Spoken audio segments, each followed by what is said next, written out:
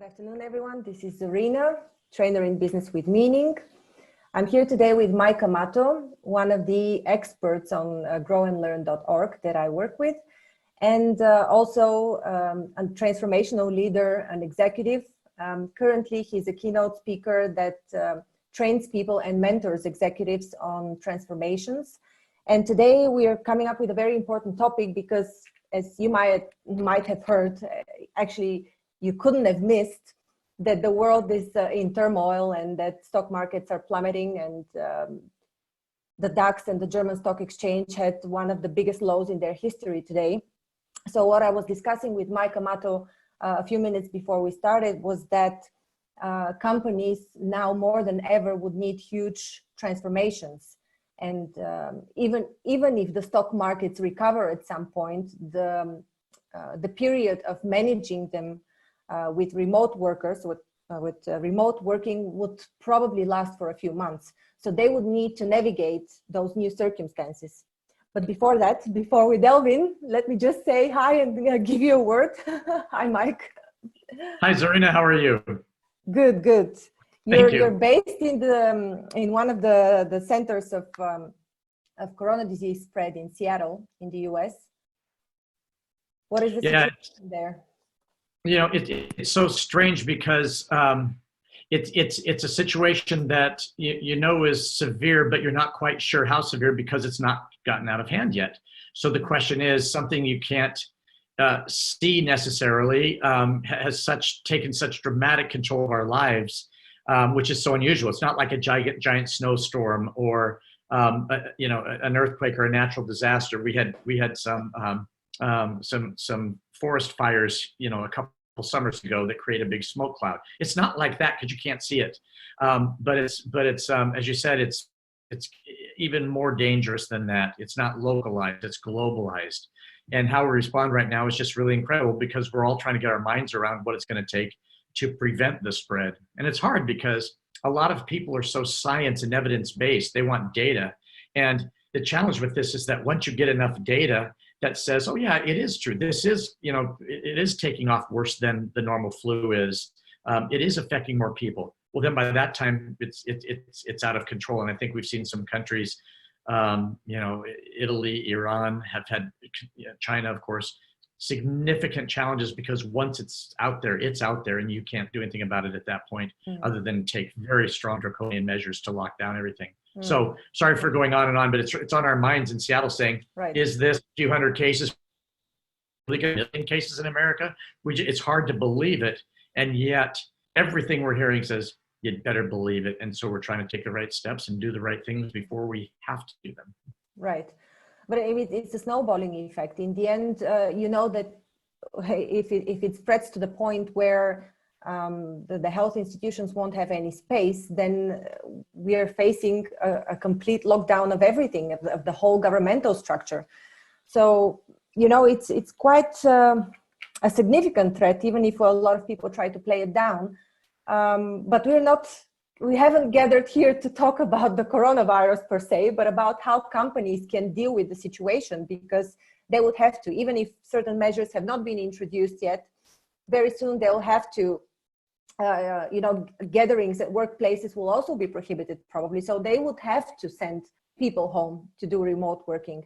And since if it hasn't been the culture so far in a company, this would require a huge transformation. And you're an expert of transformations because in 2008, when the huge recession hit, you were one of the person who took out one of the global banks and restructured it. So maybe you can tell us a bit about this, or if you have other thoughts. No, perfect. Thanks for that introduction. And in fact, I do want to tell that story because it's relevant right now. So this is related, by the way, to the to the coronavirus spread and the challenges that we're facing globally. And the need to transform is massive right now. The need to transform and have great leaders truly announce themselves, you could argue, has never been greater. So the challenge is what does transformation mean? So we all know in our personal lives, for example, transformation is very difficult unless there is a crisis. By the way, the same thing happens in businesses as well.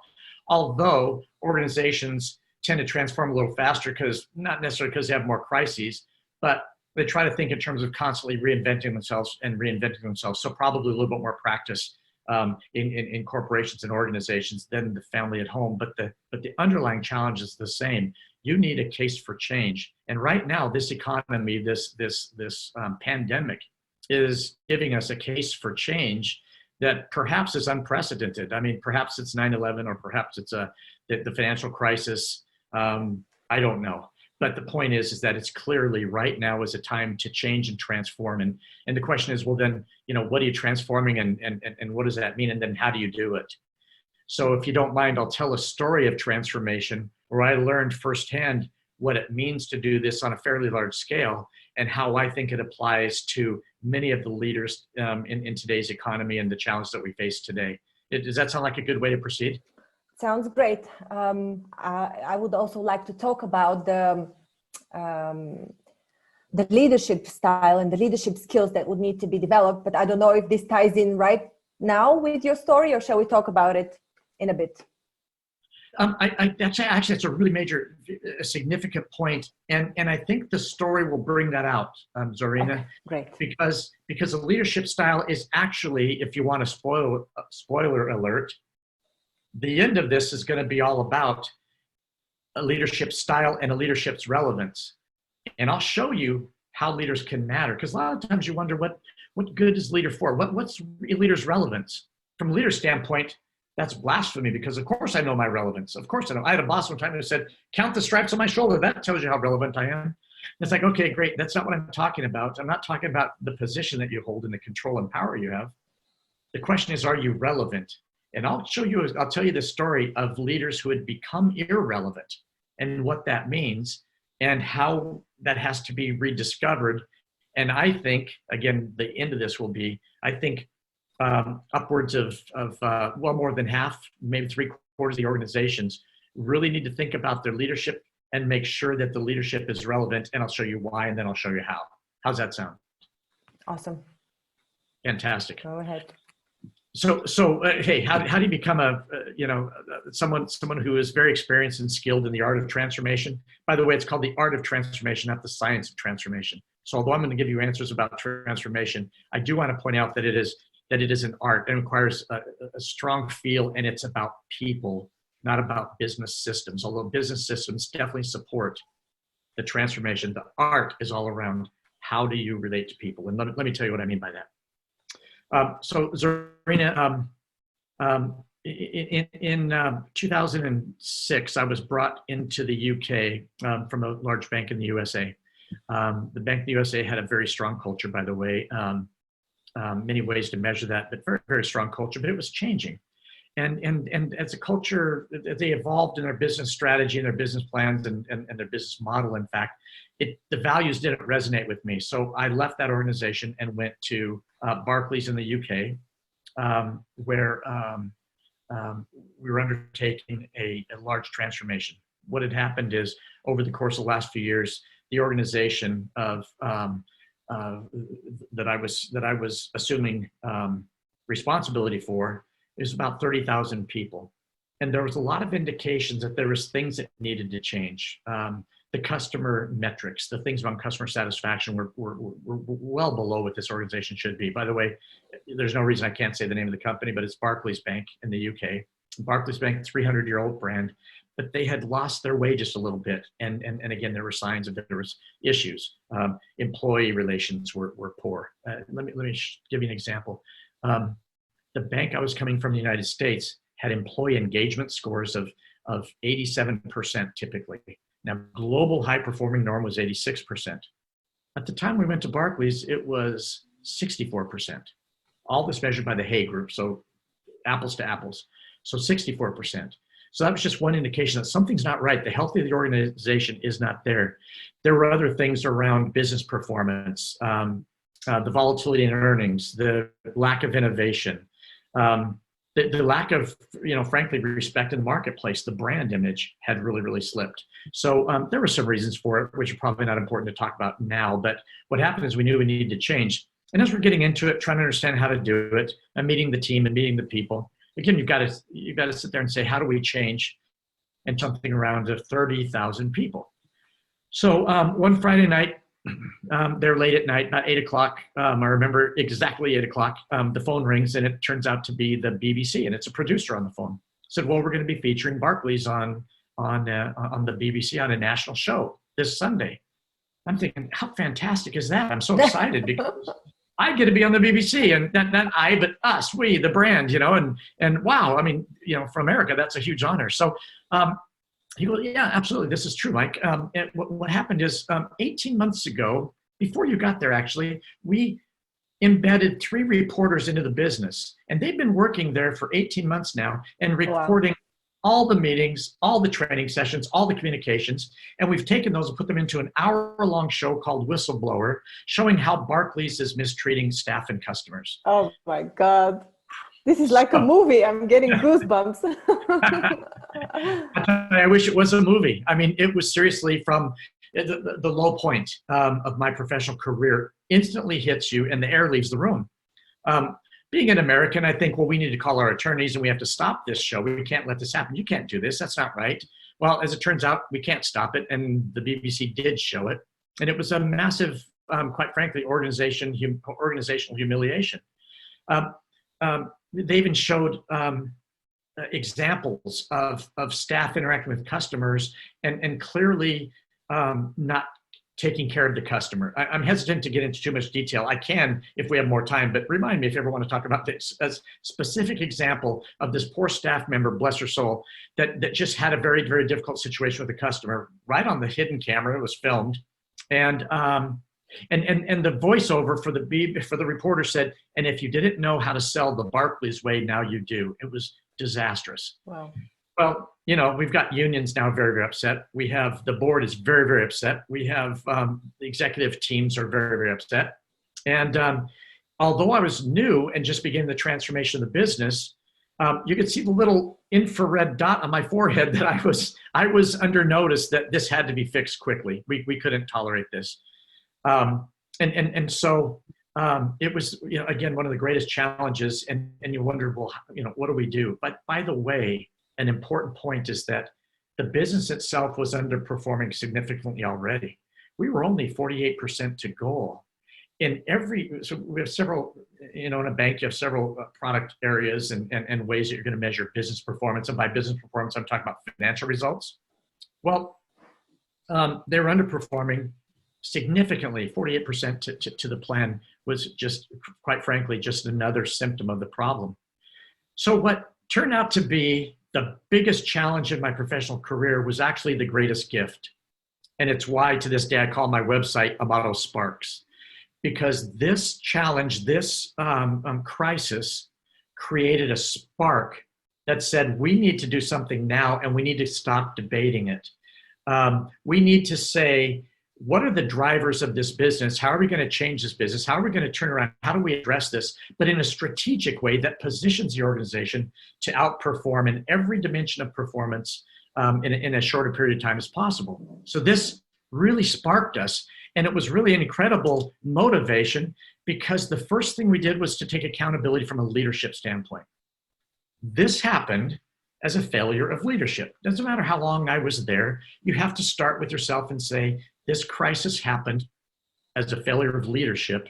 And we have to acknowledge that it's our job, if we are supposed to be relevant, if we're supposed to add value to the organization, it's at a time like this when I think great leaders announce their presence and say, we are relevant, we can change it. And my team turned out to just do that. And I'll tell you a couple of things that we did to kind of get things going is, number one, we really needed a revolution. And by the way, it's very synonymous to the times today. If everybody's working from home and yet customers still need to have their needs taken care of, we still need to help them. We're going to help them with the right products and with the right services, help them with complaints, help them manage their lives in whatever business we're thinking about. We still have to do that. well, then we're going to do it now remotely. What does that look like? What does that feel like? How do we represent our brand? And in fact, what you see now is a lot of the announcements that come out that, businesses all feel compelled to now say, given the coronavirus concerns, here is what we're doing. And you can read those. And I'll challenge everybody listening to this, or I'll invite you, I should say, not challenge. Read those and say, do I get a feel for this culture and brand of this company? And is it different than this company and that company? And again, I can give specific examples that show absolutely. I've got 3 that I printed up just the other day saying, this shows very, very vividly. Yeah, please. Let's share some specific examples if you have them at hand. Okay, I'll paraphrase because they're over across the room and I don't want to leave the camera. Sure, because everybody would be upset if they can't see me for 2 minutes. So I'll paraphrase. Okay. One company sent a communication, and the communication said, dear customer, dear valued customer, at our company, we take serving the customer very, very seriously. In our long history, we have always stepped up in times of challenges. We believe in talented people doing the job, and we think that, and in the first 3 paragraphs, all they did was talk about them. Right. And so that's a leader. By the way, if you want to say, what's a profile there? It's a profile of a leader who is surrounded by people that want to talk about, let's be introspective.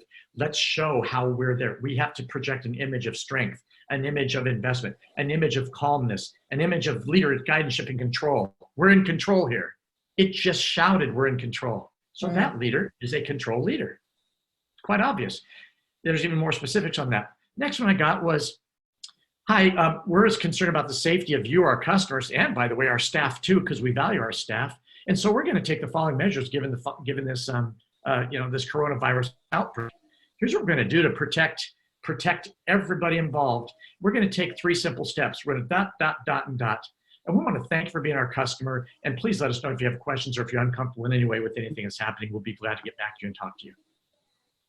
Now that is a leader who serves a purpose.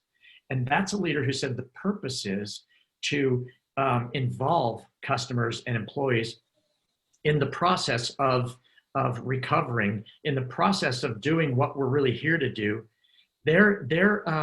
I'm collaborating with them in my message, very collaborative, and I get to the point very, very quickly. It's a beautiful message. It's what I needed to hear. I didn't need a bunch of PR spin. I just want to know, what do I need to know, and why should I care what you're saying to me? And I love that message. The third message was kind of between the other 2. The third message from a company was, during this challenging time, there's always the same preamble. Yeah. That that challenging time, we're interested in ensuring the safety of you, our customers, and keeping you very informed. And then the letter goes on to talk about the process of informing and the regimen around sending communications and the response rate. Then, which I didn't think was very flattering of the organization, because it was almost as if they're talking to me, customers, their employee. But then it kind of shifted tone. It made a nice recovery at the end. Recovered at the end, and it was very human, saying, given this challenge, we're going to offer a discount for this type of service, that type of service, and that type of service, because we think it's really important that you have access to these critical things at your time, and we're happy to offer this to you. So it recovered. So that's why I say it's between the other 2. Right. But the main point is, Zorina, that you got to feel for the culture of that company. Now, remember, culture and brand are 2 of the same thing, different sides of the coin. Okay.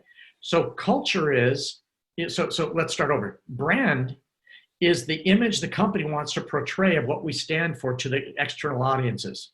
And we all know about brand images and marketing and the like. Well, culture is the brand reflected inwardly. So culture is what we stand for and how we project the brand inwardly to our companies, to the organization internally. So you get a chance to look at these reactions, and it's going to be very interesting. And I, again, I invite everybody to watch their own communications. And if you're responsible for doing communications, I think there's a lesson there, which is, well, number 1, you're not going to write a communication that does not convey your culture and brand. It just has to. Right now, you're not going to create a letter that goes against everything you stand for and have decided to stand for.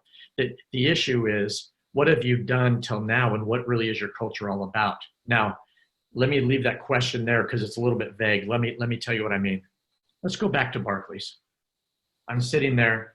We've got this challenge. I'm having very, very serious meetings with, as I mentioned, key stakeholders, the regulators, the unions, the executive committees, and the like. And what it was clear was we needed to and change the culture. It's easy to say, but how do you do it? So we looked at it like a revolution, and revolutions start in the streets. So we went out to the staff and said, please tell us the truth about the company. What can happen in large companies, and maybe it's people listening here will recognize this point, is that decision-making has moved ever further away from customers. We have incredibly smart people. We have incredibly good data scientists, financial engineers, wonderful leaders, masters of business administration degrees, and we all think about the business from a desktop view of the business. And for that need, the need for legal and regulatory controls, decision-making is pulled away from the customers. We did the opposite. We went out to the employees who are closest to the customers, and we interviewed them. Random sampling, because we had to get a good sampling of different divisions, different levels of the company. But it's phenomenal the feedback we got. And what became very clear was that we as a leadership team were so taught up in our minds intellectually thinking about the business and how to drive financial performance, how to drive the numbers. We did things that were logical if that was the beginning of your strategy. Our strategy is, and I can tell you our strategy was to make £2 billion in profits every year, okay? So to do that, you make 5 billion in revenue and you spend 3 billion and you have 2 billion. So that's essentially very, very close to numbers at the time. But when that's the beginning point of your strategy, it actually ceases to become a strategy. And what happens, you very logically then do tactical things that are attached to that because that's what you want to do. So you do things that make a lot of sense. And after the course of time, as this thing drifts further and further away from your true purpose, you actually don't even realize that the company and the values that we say that we stand for actually became irrelevant and a new set of values emerged. Take practices that we found out that we're kind of aware that they were there, but they're one of the things that we're thinking about. How do we change the way we speak to employees? I'll tell you something. We took the goals for a certain section of the company, boiled it down. We give it to the manager, say, here's your goals, divide it by the number of people that work for you, divide by the number of days in a month, and every day you have a goal of whatever it is you're supposed to produce, whatever the output is. And if you come up by Friday and you're short of your weekly goal, you've got a phone call with your boss and your boss's boss. We're going to talk about a performance improvement plan on how you can get back on track. So people dreaded these goals. In fact, we asked the staff to say, tell us with a bunch of cards and pictures on the table, show us, what do you think about Barclays? First thing they showed was targets. There was a target with an arrow in the middle of it saying, all we hear about is targets. Next one was, think of a Greek hillside with different color homes, different buildings, chock-a-block sort of organization. They said, we don't understand the organization because there's a head of everything responsible for a head of anything. And they say, I don't know who is supposed to be supporting me, who's helping me, because it was clear that we didn't look at the company from a management standpoint as supporting the employees. We looked at the company as delivering results. So they said, so I've got all these people talking about the things I need to do to deliver results that I don't really understand the organization structure. The third thing, and I'm speaking quickly because I'm going into too much detail. No, it's really interesting because what you're depicting is actually a typical large organization. This is what I've experienced working for a large organization, and this is what I've, people and colleagues that I've spoken to that have worked in other large organizations. It is the same picture everywhere. After a while, there's a complete disconnection between values and purpose and the strategy. Thank you for saying that. And by the way, anytime you need, raise your hand and cut across my comments because I get going because I'm just I'm super interested. Go ahead. Yeah. I'm so passionate about it because I feel so deeply about the impact on the staff, and that has a contagion effect on your customers. So now the third card the staff would hold up is a clown. So what does a clown mean? Well, the clown means I love my coworkers. We have fun. We have a great time together. So the fourth card they'd hold up was a lion. So, well, why would Barclays employees show a lion? We're an eagle is our symbol. They said, no, we're proud. We're proud. I've been at this company for a long time. I'm proud of the brand. I'm proud of our place in British society. And I'm happy that I work at this organization. I just wish we hadn't lost our way, etc. So, wow, you talk about, and by the way, those cards came up consistently in these different focus groups. So as we looked at it and we started thinking about it, the notion is this. We had gotten into such a directive standpoint. Number one, beginning with the idea about financial results is what we're here to deliver. Again, not illogical, because if a company doesn't make money, I can hear all the CFOs out there saying, but if we don't make money, we don't exist. Got it. I understand that. But the financial results are actually the outcome of something. They're not the input. So by making it the input, we end up with an organization that then began to lead by directives, delivering results. You got to deliver results. And I'll tell you what, if you want to have some fun and you want to try something, talk to your kids about getting good grades. And why don't you manage their grades first before you manage the process of them getting good grades? And I wish you all the luck in the world, because it's going to depend greatly on their personality and their reaction to directive things, saying, I want good grades, I want good marks, I want good marks, instead of saying, let's talk about the process of getting good marks. So this a little careless analogy there, but it's the same thing with workers. The other point is that when we talk to the teams and we say, well, what do we stand for?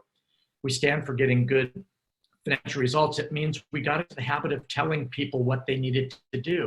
If they were underperforming, a performance improvement plan says, you need to do more of this, this, this, and that means you better do more of that, that, that. So the things you need to do are more of this and more of that. So now we're coaching people on how they can be better at their jobs in a moment of great stress for them. So what I realized is this.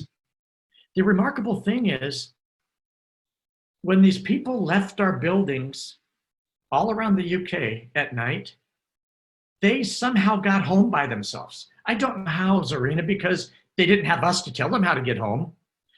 They somehow have relationships and families. They take care of parents. They take care of children. They take care of each other on their own without a manager telling them what they need to do. Remarkable how these people live their lives outside of the company.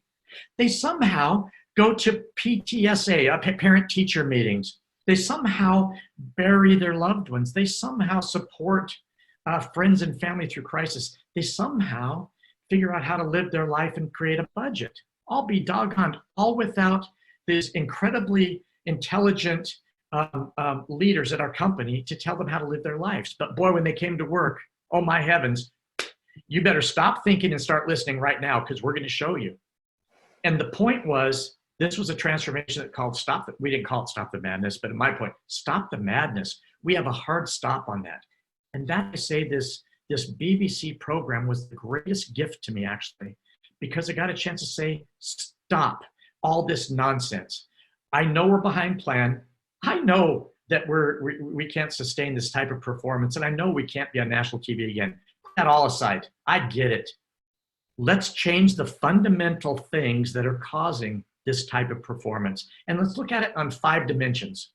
Number one, what do customers think about us? By the way, I should say number one, but actually it just happens to be my thumb. The next one is, which might be more important, is let's change how our employees think about us. If we can take care of our employees, and you know what, Zarina, if we can capture their discretionary energy, instead of have to do, they want to do, we actually tap into the collective intelligence, talent, and contribution of 30,000 people. I don't care how many people we hire who are big brains in the head office, but it's only going to be at the most hundreds, Why not have 30,000 people contributing? Because again, these people have their own lives outside of work. So of course they have things to contribute. So let's have metrics that talk about how do we relate to our employees in different ways. And let's ask them, is leadership relevant? That leadership should be serving that employee and helping them do their job in the best degree possible. And if they don't have the right skills, if perhaps they don't like the direction of the company, and if they're not aligned to the single purpose we all need to be aligned to, I'll invite them to go find an organization with values that match with the values that match theirs and the purpose that matches theirs. But we're really good at recruiting, and so we want to get the best person in the world at every position. So we need to measure that. We need to talk about that. We need to think about how we communicate with employees differently. Isn't it funny how I hold my finger, the same finger for each one of these 5 dimensions? Next dimension, I'll move my hand. Next dimension is management metrics. Now, what are management metrics? Well, sometimes we have a long list of deliverables that we need to produce, but really, let's boil it down to something quite simple. Managers are there to increase productivity, getting more from the same amount of people, and then being as efficient as possible. So efficiency. So we need metrics for efficiency and productivity. That's what managers are supposed to do. So we talked about that. The next dimension is compliance. We're a regulated industry. Did you have employee-related matrix to the efficiency measurement? Yes. Was it the 360? Uh-huh. Yeah, and the answer is absolutely. In fact, in rethinking the organization and trying to move decision-making closer to the customer, it's only logical that we use all of our managers to create their goals and to create their targets. So we knew what we needed to do at an all-up level, but we moved actually the budgeting process down to the managers closest to the customer, and we asked them each to build their budgets. And the surprising thing is, they came up with a plan that was actually less cost than the top-down plan, actually had revenue that was, if I remember my numbers correctly, 27 or 28% higher than the top-down plan. But because they came up with it and we rolled it up from the I'm hesitant to say bottom, but you can see I'm moving my hands from the level close to the customers to the top. We actually created a plan that would outperform in every single one of the dimensions I'm talking about, but it was discretionary. They wanted to do it, and they said, but if you can give us this, this, and that, we can do this. And then we asked them to create a stretch goal. This was not stretch goals. We asked them to do their goals, but then also create stretch goals. You wouldn't believe their stretch goals. But the point is that they were so honored to ask, and they actually, again, they run their own budgets at home. They're actually capable of running their budget at work, understanding the big picture. So absolutely, efficiency and productivity was passed down through the employee metrics, and fundamentally it underscores the type of revolution that we're talking about. So the fourth dimension is compliance and legal. So obviously we're in a regulated industry, so we need a good regulatory organization that's regulatorily sound. Audits, legal. We had our metrics around 0 failed audits. There's a couple of referrals we could take a year. There was a time frame for producing responses to issues, etc. So you get the idea around compliance. And then finally, the last point is then financial results.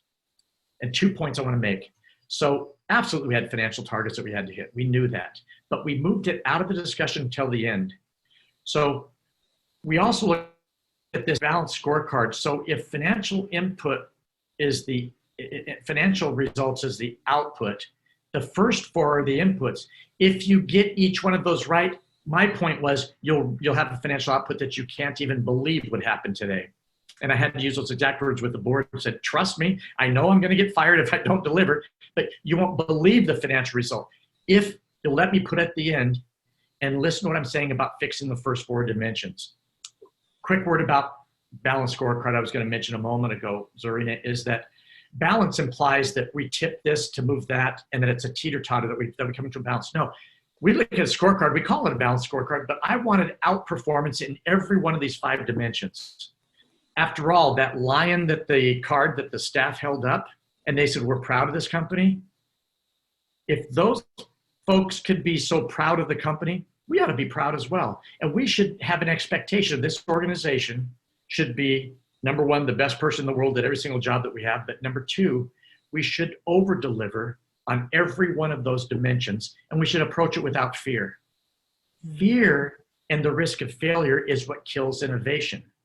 So a lot of big companies, not to get on a tangent here, but it's really important to understand there's drivers of a transformation. One of them is the rebirth of innovation. You've rightly said, going out to the employee base and asking them to help think about how to run this company creates ideas that would not normally boil up to the surface. So innovation is an inclusive thing. Innovation comes when there's no risk. Why would I raise my hand if I'm going to get in trouble? So the whole goal of empowerment to this organization and this transformation was all about creating an awareness of really what we stand for and that one purpose that we stand for.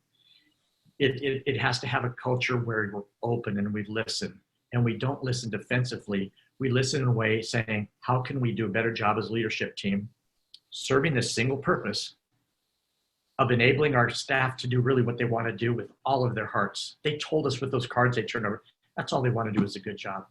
So that process created a process where we're getting much better ideas, and we had to act on those ideas. And frankly, we had to deliver. But it was with the pride of this brand. We so much wanted to say we should over deliver in every one of these. And the BBC program, my final comment on it is this: it gave us the gift of no fear, because I can't imagine a worse outcome than that. I'm sure there's worse, please. I'm not asking the universe to show me, but I can't imagine a worse outcome than that. Therefore, we didn't need to have fear. We could recreate the organization right now. So what happened then, Zarina? Let me wrap up this story and then let you ask some questions. But what happened was we were, I mentioned 64% in employee engagement. We watched that very carefully. We began a concept of adult-to-adult communications. We changed the way we did performance reviews. We changed the way we resourced and searched for talent and who we hired. We changed the way we trained people and onboarded them and gave them technical skills to do their job. We really relooked at everything. The result was the employee engagement. Remember, let me base that for you. Barclays was 64%. Global high performing norm was 86%. Within 18 months, Barclays, 30,000 people, moved to 92%. Not only the highest bank globally, the highest retail organization globally, as measured by the A group. Congratulations. 92%. Wow. Amazing success. Yeah. It was beautiful. What we had done, we captured the soul of the organization. The soul exists behind the heart of everybody who worked in that company. It's behind the heart. And we instead of using words to describe what we stand for, I mean, I heard endlessly and I saw posters in the lift saying, customers at the heart of everything we do. Well, they're not if financial results are the first and last thing that you look at every day. That's not the case. So we changed it, and by putting employees in such a position where they were empowered, they really were contributing to helping be a better company. And 30,000 of them all rowing in the same direction was a phenomenal effect on this gigantic ship. Well, guess what happened? Employee metrics went from brand awareness went from 7th in the UK to 2nd in the UK. Now, I want to be first always, but in a short period of time, that was remarkable given the talent level of the other organizations that we're competing against. So it was phenomenal, that movement. By the way, productivity and efficiency. I'll give you an exact example of something that was so remarkable. At about this time, the financial crisis hit. So you talk about bad timing. Here comes the financial crisis. With our new strategy of speaking adult to adult, I met with all the key team members, the executive team members, and I said, the organization, when you look at what's coming, is going to shrink. Therefore, we need to shrink the organization. I would like all of you. Now, I was given a target by one of the group executives, said, you know, Mike, you've got the most people in the company. We're going to need a target from you because people are the biggest expense. So I'm going to give you a target. And I had that target in mind when I talked to my team, but I didn't share it with them. I said, guys, we're going to shrink. Will you each analyze your organizations? Will you talk to your managers? And from a bottoms up, can you tell me what we can do to get the appropriate size of the organization from the micro then to the macro instead of the reverse? They came up with a plan to reduce the staff levels of the organization by almost 1,300 people through incredibly clever ways in terms of not filling jobs, in terms of looking at people that were struggling with the culture, et cetera.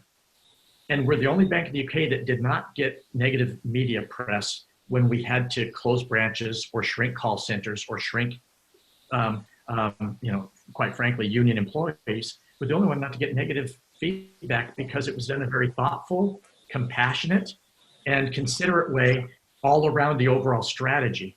And by the way, I mentioned 1,300 people. The target I was given was 1,000. So the team from the bottom up once again proved that the culture change we're making and empowerment, they were willing and able to do the tough stuff, but they were able to do it with their heart and soul in a way that preserved the culture of the organization and actually served the brand and the purpose that we all stood for. So all the way they crossed the borders. I won't bore you any further other than one more point. Financial results then. So to the CFOs who are saying, yeah, but if you don't have targets, we changed the word from target to goals. And I said, I don't want to hear the word target any longer, guys. A target is a high jumper in the Olympics. I never watched track and field until it comes to the Olympics, but they set the bar and then they jump over it.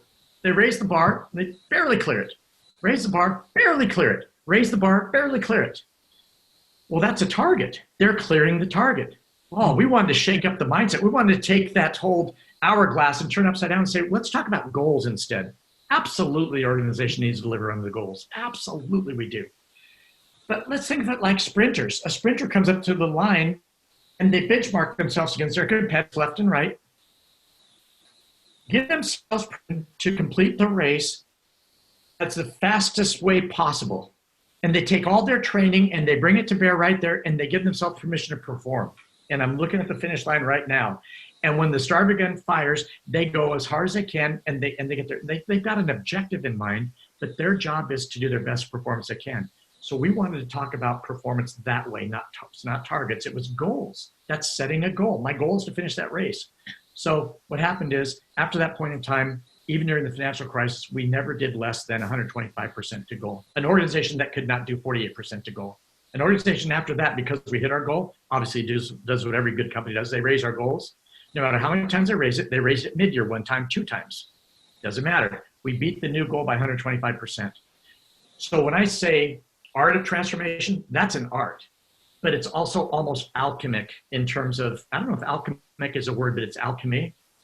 In terms of taking nothing and making gold out of it. It was the most humbling and awesome experience I've ever had as a leader. And so many of those people are my friends today because I'm just in awe of what they were able to do.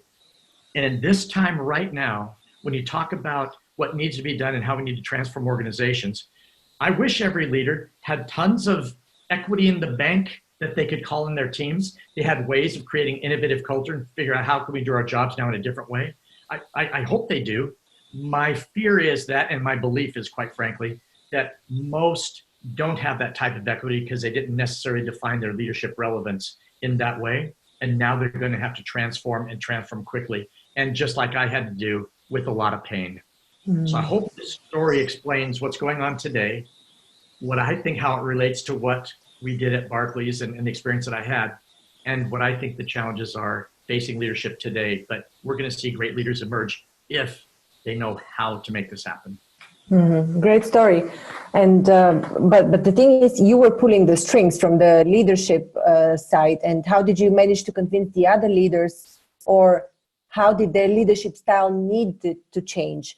Because of course, when you have somebody who is driving the whole change from the closest to the customer people up, then it's easier. I mean, I'm not saying it's easy. It's very difficult in any case, but it's you have somebody to pull the strings. But how can leaders change their style or the way they look at things? Would they need external help, or what would they need to do in order to confront such a transformation that is impending anyhow? Yes, it's a really great question. My first thing that I would suggest is that leaders need an objective view. So it's one thing that I love to do is to assess the organization, not judge, but assess the organization. And because you need an objective point of view, think about the power structures that are built with every leader, and that power structure is now going to be tested. And do you have a team of there's always on every team the person who whispers in your ear and says what you want to hear. And there's a lot of people who say, you may want to say this, but legally, compliance-wise, there's this risk and there's that risk. You have to be very, very careful what you say. So we're going to morph this statement from you, Mr. or Ms. Leader, in a way that may kind of water down the effect that you're trying to have. And so it takes somebody sometimes from the outside who can assess your organization, say, you've got a few flaws, you have a few issues, not people issues, but process issues. And in fact, leadership style issues that might permeate the organization. It's incredibly valuable to have that person assess. The next thing that leaders need to have, they need to have then the recipe for success. And it's actually not a social media post like the 3 things you need to do to transform an entire organization, changing the lives of 30,000 employees, making your bosses happy and delighting the financial markets. There's not 3 things you need to do, but there is a process that you need to uncover that fits your organization. And again, that's what I love to talk about that, Zarina, because I can show what that process looks like and actually how you develop leadership talent that fits the organization that you're going to create, as opposed to leadership talent that fits the organization the way it would have been. So those are things I think would be very important. Would this process also fit organizations that are going through a transformation that requires a lot of online remote working? Let's say if 80% or 85% of anybody who's not client facing would need to start working remotely. Would this process also do the job? Absolutely. That's just a challenge of a different sort. And so a leader can solve that challenge. But I'll tell you, if you've got to tap into, he or she have to tap into the talents, skills, and abilities of the technical team, of the and the workers who are trying to work remotely, and make sure that you understand your job is not to direct them. In my opinion, your job is to support them in doing that and help them do that and find out what it is the organization needs to do to make sure that we serve them. If you serve them, you serve your customers. And that's the way I would say to approach it. Mm-hmm. The communication examples that you gave at the beginning led me to think very much about the communication styles of leadership, because in many cases, the communication that comes out is not even approved by the executive leader. But even so, even if approved or not approved, it's not even a point, because as you said, it completely reflects the culture within the organization. Otherwise, a certain person that writes in a certain way wouldn't be hired for this position, right? Right. It's always a reflection. And it's really challenging, because very, very smart people, I had people around me who sometimes save me from myself, because while I talk about being open and honest and adult to adult, there's certain things you can or can't say. So the challenge is, how do you honor wise people who are giving you good input, but ensure that your communications are authentic to you and your style? And I'll give you two examples. One is, as you can tell, I dislike hypocrisy. And I feel sometimes that leaders sound very hypocritical when there is a person who's underperforming, visibly underperforming, and everybody knows it. Then you remove that person from the business, invite them to go pursue a career elsewhere. And then the corporate communication comes out with, so-and-so want to thank their contribution. They've decided to move on for other opportunities. Now, I get why you do that, because you don't want to do character assassination. However, we need to write that in a way that is not hypocritical, because you're, as a leader, you're on that hill. And I don't want to say naked, but you're exposed. And you are, people know. And once you start to betray that trust, they also then wonder, what other things are you not necessarily telling us? But you need very smart people to help ensure that you have an authentic communication, but it's appropriate for the needs of everybody, including the person who's leaving the organization. Dignity and respect is massively important. So there's ways to do that. Other times, I have ignored the help of very, very smart people, the same smart people. We had a transformation meeting to announce this change. And it was 2,700 managers in a room in Birmingham. And Barclays' symbol is an eagle. And I felt that our organization needed to have courage. And I felt it's hypocritical for me to stand out there and say, let's be courageous, let's be courageous, with a bunch of motivational speaking and the like about being courageous. But then if you don't allow it, it doesn't matter. I had this idea because I saw it at an American football game where they turned an eagle loose, and it flew around the stadium and then landed on the gentleman's arm. I said, we need to turn an eagle loose at that meeting. And my very wise head of corporate communications said, that's the dumbest thing I've ever heard. Do not turn an eagle loose. I said, hey, you're just lucky we don't have a tiger for a symbol.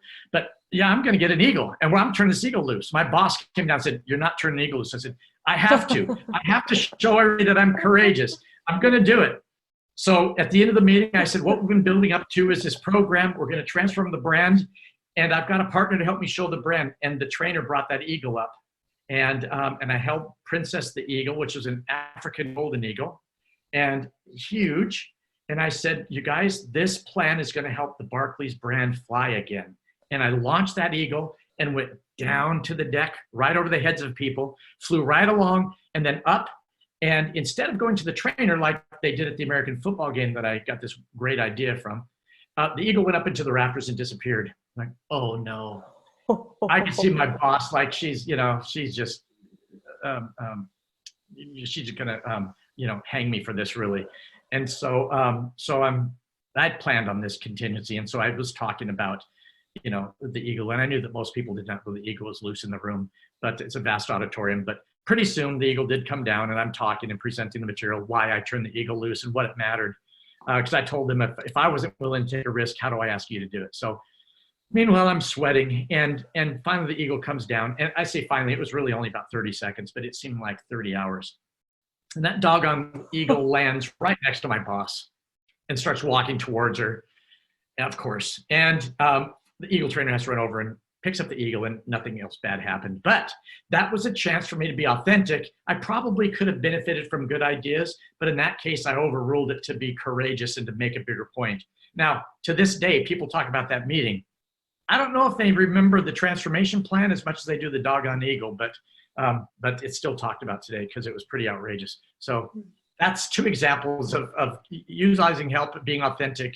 Maybe one you might not want to do, but at the same time underscores how important and highly I value authenticity. Thank you so much, Mike. It was an amazing talk, lovely two stories.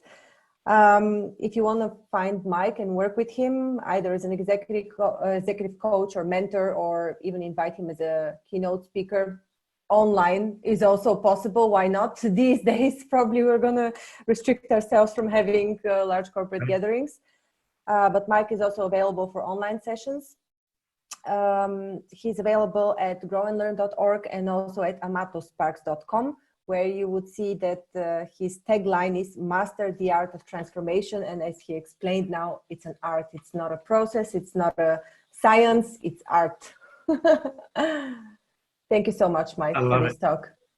Thank you, and good luck. I'm happy to support the growth of your website and your audience. You do a tremendous job, and you've got such an incredible blend of talents that I'm happy to work with you and support you, and will continue to do so in the future. So all the best. Thank you. Thank you, Mike.